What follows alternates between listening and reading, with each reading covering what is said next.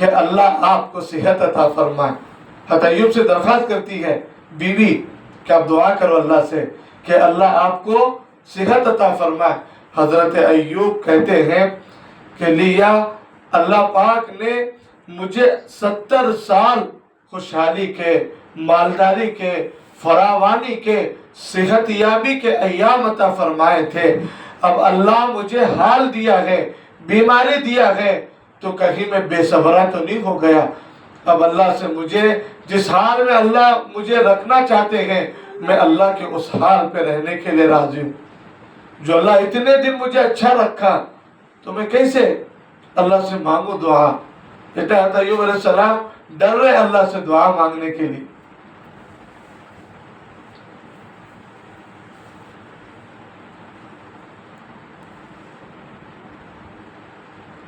اور حضرت لیا کے متعلق لکھا ہے کہ سارے لوگ، یہاں تک کہ آج کے زمانے میں اگر آپ دیکھیں گے کہ سارے لوگ ابھی ساتھ دے سکتے ہیں، بیوی پہلے چھوڑ کے بھاگیں، نہیں سمجھ رہا؟ زمانہ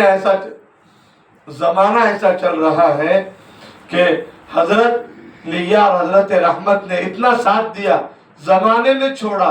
یہ تربیت تھی دینداری کی، اور 18 سال تک خدمت کرتی رہی۔ عجیب خدمت کے ابھی آگے دیکھیں گے آپ، عجیب کارگزاری ہے، عجیب واقعہ ہے، سیکھنے کو ملے گا وفاداری۔ اس کے اندر جتنا اہتمام کے ساتھ حضرت ایوب کی خدمت کی ہے تاکہ میرے شوہر کی خدمت میں اللہ کی رضا کو پانے والی بنو۔ مثالی واقعہ قرآن میں اللہ بیان فرماتے ہیں، اور وہ تربیت تھی۔ میں آج یہاں رک کر آج کا ماحول جو بنتا جا رہا ہے، ابھی بھائی ساتھ دے دیں گے، ماں باپ ساتھ دے دیں گے، تربیت بیویوں کیسی ہو کر آ رہی ہے، سب سے پہلے مشکل حالات میں وہی چھوڑ کے چلے جائیں گے، سب سے پہلے میڈم ہی چھوڑ کے چلے جائیں گے ہم کو۔ ارے بات سمجھ میں آ رہی ہے؟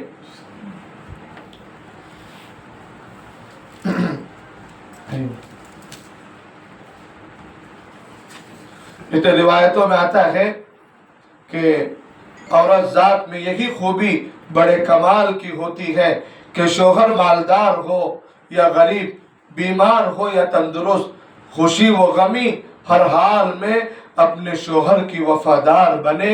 یہ عورت کا کمال ہے کہ شوہر کی جیسی کنڈیشن ہے زندگی کی، اس حال میں شوہر کے شانہ بشانہ زندگی گزارنا۔ مالی حالت کی فراوانی ہے، صحت و تندرستی ہے، بیمار ہے، شوہر خوش ہے، شوہر غمی میں ہے، ہر حال میں بیوی سے کہا گیا کہ وہ شوہر کا ساتھ دے۔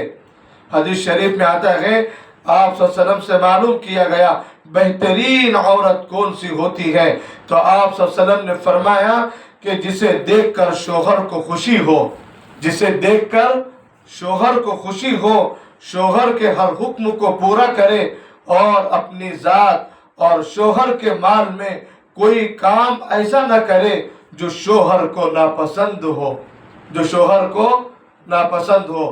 ہر حال میں اللہ کے دین پہ چلنا، اور ہر حال میں شوہر کے ساتھ شوہر کی رضا کا خیال کرتے ہوئے زندگی گزارنا، یہ عورت کا کمال ہے، یہ اوصاف ہے عورت کے۔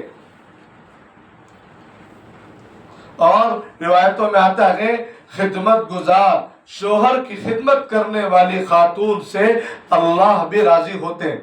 اللہ بھی کیا ہوتے ہیں؟ راضی ہوتے ہیں خدمت گزار خاتون سے۔ ہمیشہ اللہ تعالیٰ کا حکم سامنے رکھو اور اپنے شوہر کی وفادار اور خدمت گزار بن کر رہو، اس سے اللہ تعالیٰ بھی راضی ہوتے ہیں۔ حضرت لیہ رضی اللہ عنہ یہ بات سمجھتی تھی، میرے شوہر اللہ کے نبی ہیں، انہوں نے زندگی میں مجھے 70 سال تک بہت سکھ کے ساتھ رکھا، اب میرے شوہر پر حالات آئے، مصیبت آئی، بیماریاں آئیں، تو میں اپنے شوہر کو اکیلے کیسے چھوڑ سکتی ہوں، کیسے میں ان سے بے وفائی اور غداری کر سکتی ہوں۔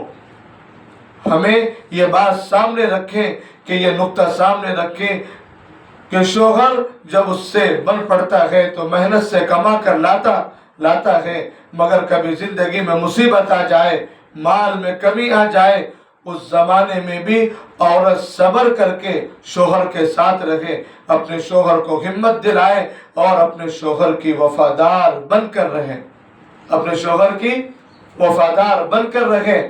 حالات کے مصیبت کے زمانے میں اچانک ایک واقعہ یاد آیا، ایک صحابی رسول، اب مالداری کے زمانے میں میڈم جو حکم کرتے ہیں، حکم سے پہلے گھر میں آرڈر آ جاتا اور نہیں بھی لائے۔